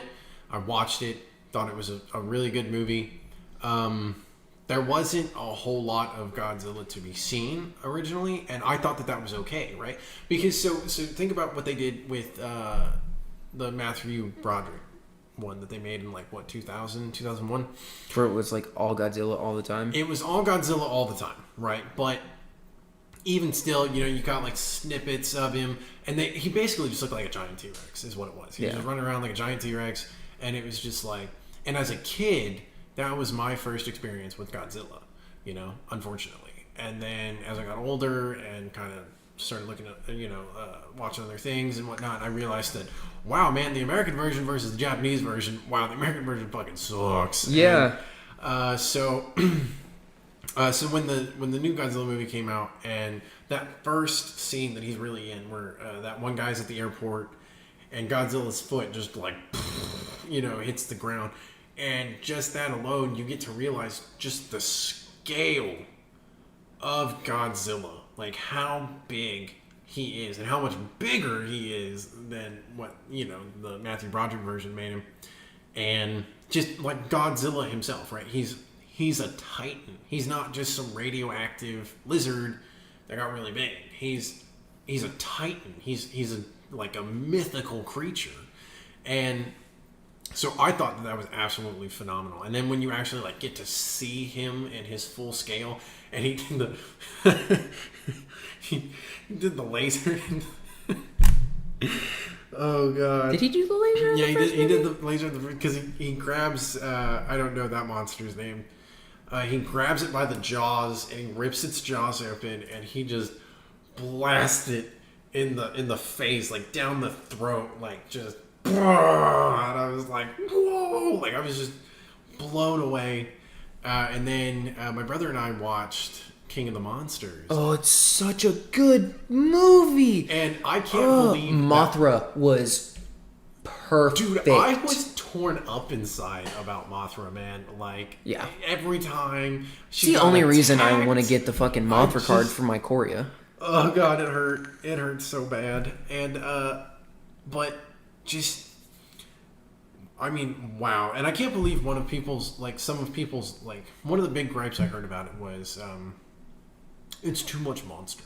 There's too much monster fight there. And I was like, I'm sorry, I didn't go watch stupid monster, not stupid, but I didn't go to watch a monster movie to watch people do politics. Are you out of your mind? No. Okay, so the first one was so tastefully done because it like introduces the new Godzilla universe, which I hope they come out with a third one that introduces King Kong, icing on the cake, and then just end it there. I mean, they talked about Kong because they knew of Kong's existence, right? Because if I'm not mistaken, the Skull Island movie that they made is still within the same universe, right?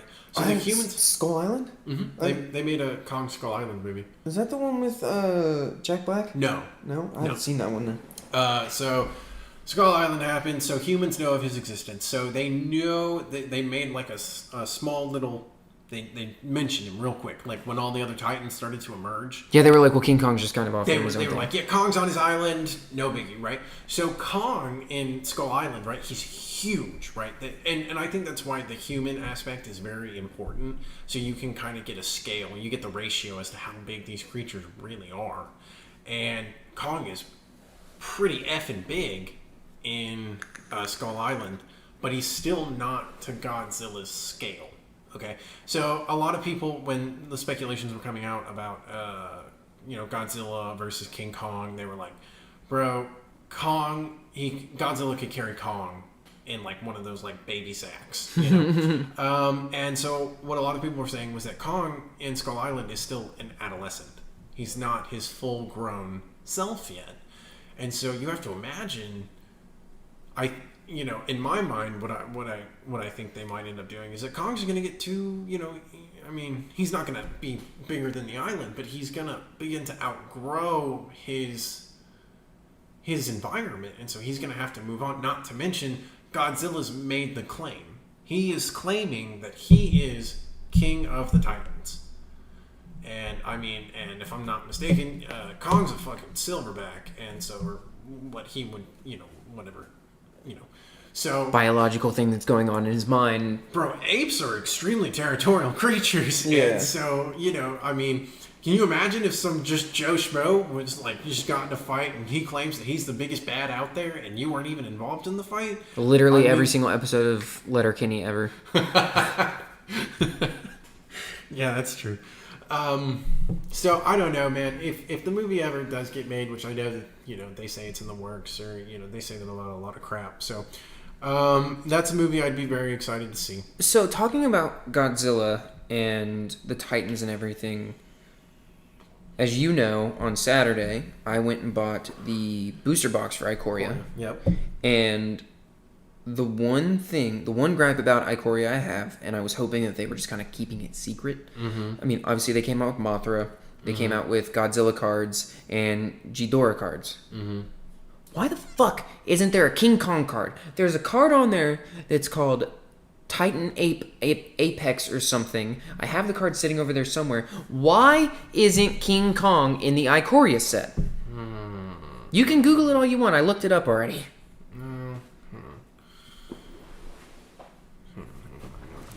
I got the card over here in that deck I showed you earlier. Like, why is King Kong not in this set? It would be the perfect one. I mean, did I take him out? I may have. Damn it.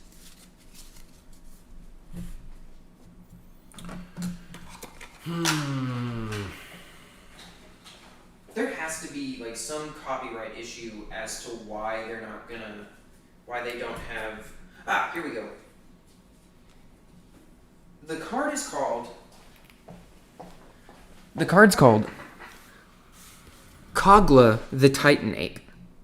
I think what it is that bitch looks like King Kong. He's hanging off of something, like he's hanging off of the Eiffel Tower with a woman in his hand. I think this is King Kong. Why don't they have a King Kong? I don't know for sure. That's what I was trying to look up. Is if Kong was originally a part of the Godzilla monsters, right? Because in the original, like way back when, the original Godzilla movies, you had the Godzilla versus Ghidorah, like back in the black and white, like whatever movies. I don't know if Kong was originally a part of said universe. So, because what ended up happening was, Wizards of the West Coast went to the people that make, like, the art and, for, like, Godzilla and whatnot. And they were like, hey, we want you guys to do this. And I thought that was really, really cool. But I think, I don't know for sure. I was trying to look it up, but I can't find anything concrete on it as to whether or not King Kong is a part of the original Godzilla universe. And I think that might be what it is. That may be it, but still, I wish Kong was in it. That'd be so cool. If I'm not mistaken, I think King Kong was an American-made thing, if I'm not mistaken. Oh, it for sure was. I mean... that's probably... The whole thing that makes you think of... When you think of King Kong, what do you think of? The Eiffel Tower. The Empire State Building. Empire State Building. Yeah, when he's hanging off the Empire State Building and the biplanes are... My bad. Flying by.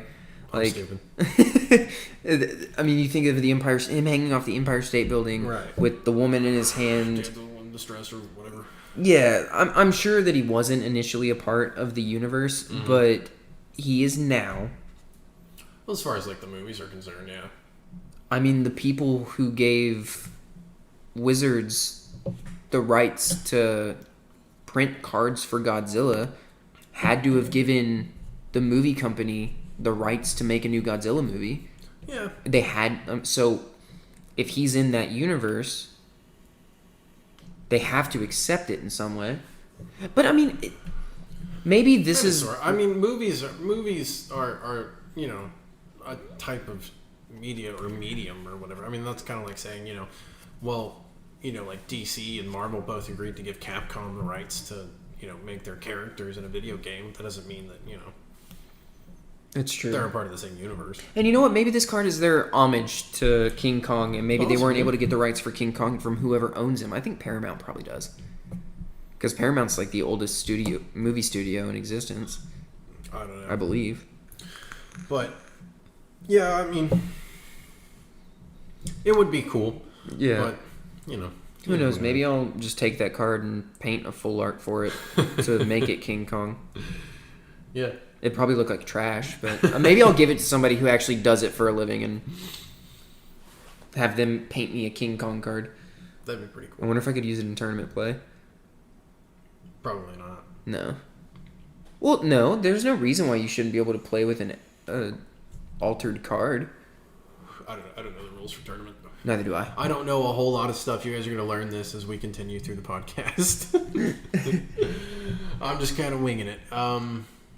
Ikoria cool though, man. I love the concept of big monsters. The mutating, the big monsters. Dude, a lot of the monsters have a stupid high mana cost.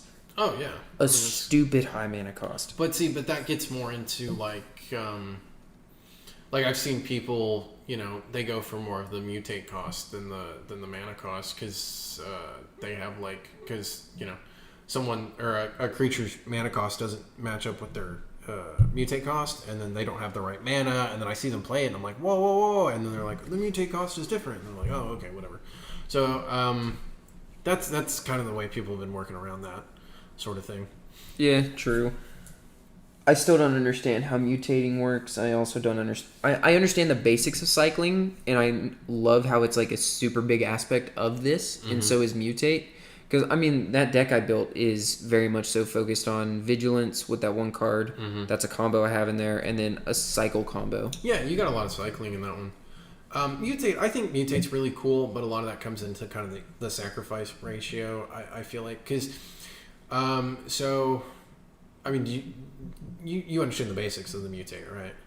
Yeah, you either put it on top and that card gains the abilities of the card underneath, or you put it underneath and it gives its abilities to the card on top.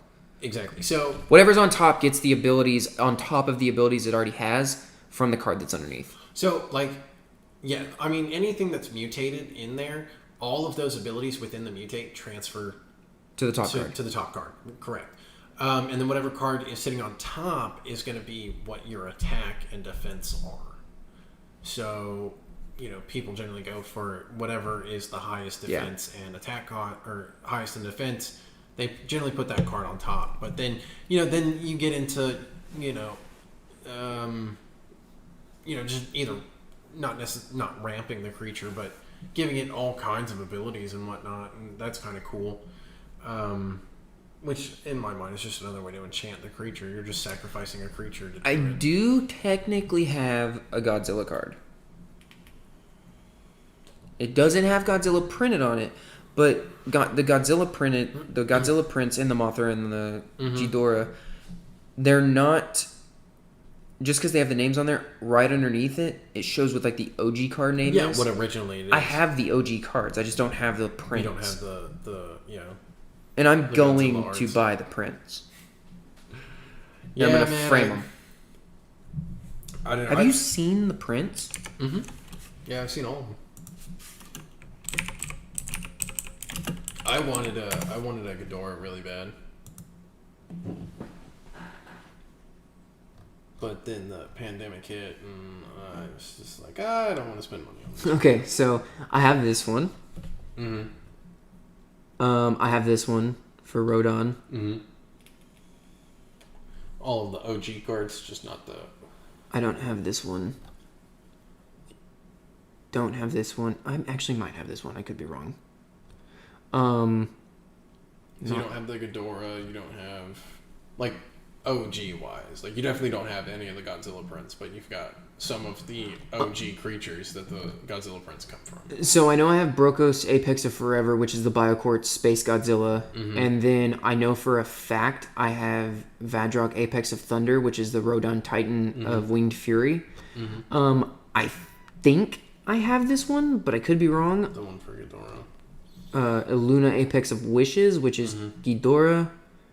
I know I don't have this one. I know I've got Godzilla Primeval Champion. I know I've got two of those. Okay. Which is Titanoth Rex. Mm-hmm. I may have this one. I'm not sure. I haven't looked through my red cards yet.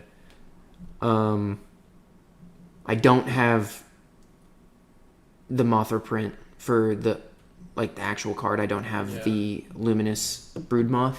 Mm-hmm.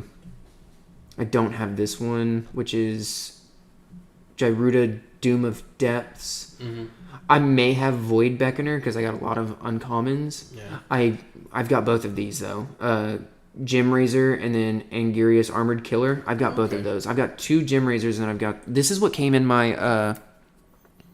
promo? In the promo pack. Those things are so fucking broken. I think that's the only way you can get these. Yes, if I think so. Yeah, and then I know I've got Huntmaster Liger. I've got a Sprite Dragon, which is Dora the Perfect Pet. I don't know if I've got Poliwag Symbiote, which is Baby Godzilla. Right. That's cool, the Japanese series. Yeah. I've got a lot of those. I actually have extras of a full playset of those if you want some. I thought that they didn't make an English print for the Space Godzilla. For this one? No. For Bioquartz? Yeah. Yeah, they did. The one that they didn't do an English print for was this one, the Mecha Godzilla. Oh, Mecha Godzilla. Yeah, which is a crystalline giant, which I've got 2 of. So I've got a lot of the OG cards, which is cool because they're just it's a bunch of rares, and uncommons, but there are a few mythics. I only got 4 mythics from that box that I bought, but I want to buy a promo box so I can get Godzilla King of Monsters because that's the one I fucking want. Yeah, this is a nice card. I mean, it's which one is it?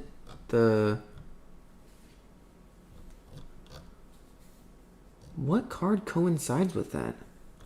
I didn't think there was one. I No. thought that was just it. It says it underneath. Something strength incarnate. I can't read that to save my life.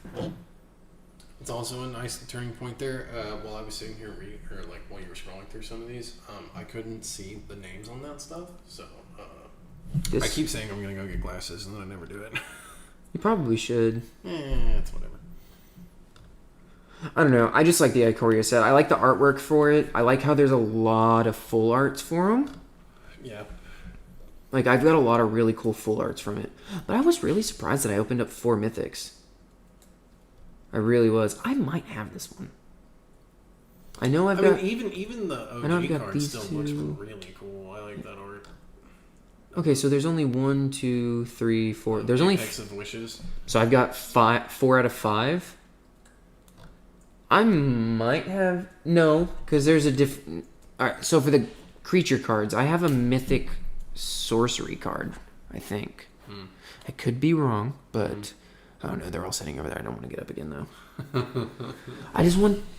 I mean, these are full arts. They've got the actual creature names on there. I mean, it's just... This series has a lot of really cool art, which is one of the main reasons why I got into Magic in the first place, was because of the artwork on the cards themselves. Right. It had nothing to do with the actual game, because I still, to this day, don't particularly understand a whole lot about it.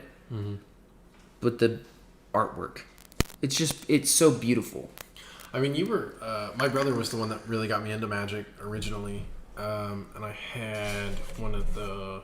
My first deck was pre-built. It was like a red and black pirate deck. I'm well aware of what it is.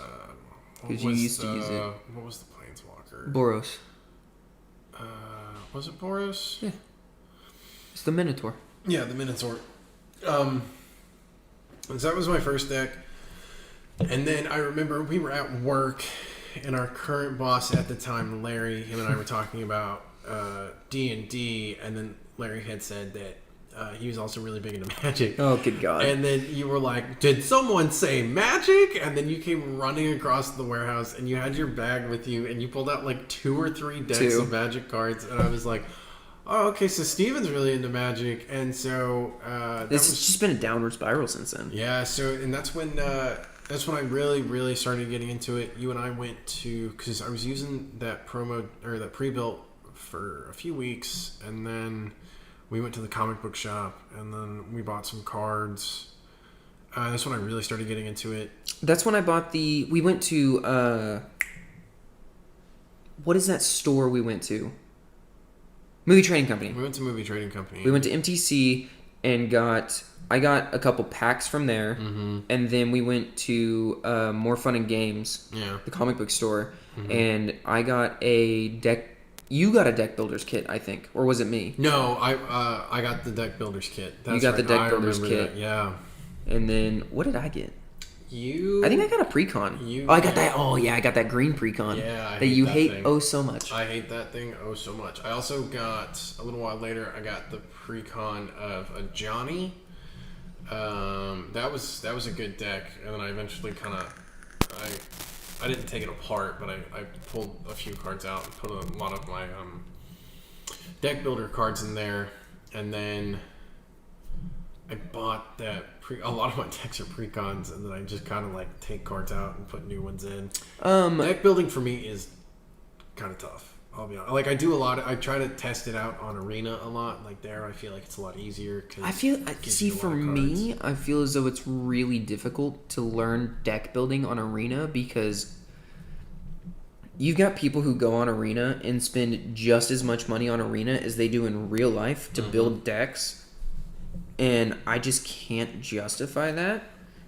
Because in order to get a card that you don't have, you have to have the little token. And in order to get those tokens, you have to open packs, which packs cost money, coins or gems, and you got to pay for gems. It's just stupid. So you either like grind the game out, or you pay. Which I'm sure a lot of people pay. Yeah. Honestly, one of the best decisions I've made in my Magic career playing this game was going to this Saturday, going to the local game store and buying a booster box. I have essentially doubled my collection. I've got a lot of the cards in the new set. I've got a lot of multiples of cards in the new set, and I've got a very good basis to build a lot of decks from the new set. So I don't know if you're down, but here soon, would you maybe want to go 50-50 on a booster box and split it? I'm down. All right. I'm okay with that. Yeah, I'd love to. I'm telling you right now, there's only one promo pack. Yeah. And if it's Mothra, it's mine. All right. I mean, whatever, man. I'll reimburse you. I'm not as big into the game as you are, so that's I just want it because it's fucking Mothra, bro. I know. I totally hear you. I'll pay the card price. It's fine. Do you know how expensive it is? No. It's like Ghidorah's the most expensive because I think it's the most rare, but Mothra is it's like $44 on TCG. Dang. And I think that's a low estimate because it's $70. And that's for a near mint foil version of it, which I think you can only get the foils. But like a normal is $45.61. So I remember when I bought one of the gift boxes that you can buy, which I lost my dice to that, by the way. I'm kind of upset about that. The 20-side die that they always give you. You can have mine. I don't like it. But I remember I bought that, and I got Oko, and my brother was, he was like, you got Oko? And is this right before it got banned? Right? It was right before it got banned, and you should have sold it to. I should have. As soon as I got it, I should have sold it. Because I remember I texted you and Larry, and I was like, "Hey man, look what I got!" And I immediately sleeved it. And I think Oko's still worth money though. He's still worth like a little bit of money, but he's not what he was. Thief of Crowns. He's actually gone up. I mean, when I got him originally, he was like, maybe like $30 or something like that. When I got him, he was 10. Yeah, because they banned him. I got him, and then they banned him. But I think he's only banned in Commander. Yeah, he's not banned throughout the entire... He's not banned across the board. But Commander's the main style of play now. Which, I want to get into Commander. When you and I talked about... I mean, we watched that one YouTube video of those people, and they all bought precons of the new Commander set that had come out at that time, and they played it all against each other, and I thought that was a great idea. I think Ikoria is Commander. Yeah, so we could go buy a Precon Ikoria deck to get an intro into Commander if you want. Yeah, and then we can test the decks out against each other, see how well they play out, and just kind of get a feel for how Commander works. I think they're like $40 though. I mean, at that point, I kind of would just rather buy a box. Yeah. It's already splitting a box anyway, and I already have one, so I can go with the stuff that I got. Yeah, we can do that. That works too. But yeah, man, I just, it's been like a year since I really got into it, and I was really heavy into it there for a while. I mean, dude, we were playing Magic all the time. Every weekend, every day at work. We were playing it in the back of the warehouse, and Larry walks by and he goes, "What are you guys doing?" Playing Magic? Oh. Y'all caught up? Yeah. You guys caught up on your work? Yeah. Oh, well, carry on. Then he stood there and he watched us for a little while, and man, those were the good old days. Yeah, whenever work didn't suck. Yeah. But we've been going on for an hour and 50 minutes. Yeah. I think it's time to end our first episode officially. Mm-hmm. I enjoyed this. I did too. I think it was a lot of fun. Just sitting here. Just basically shooting the shit about shit we'd like to talk about. Well, we'll see y'all in the next episode. Again, my name's Steven. Across from me is Connor. Hello.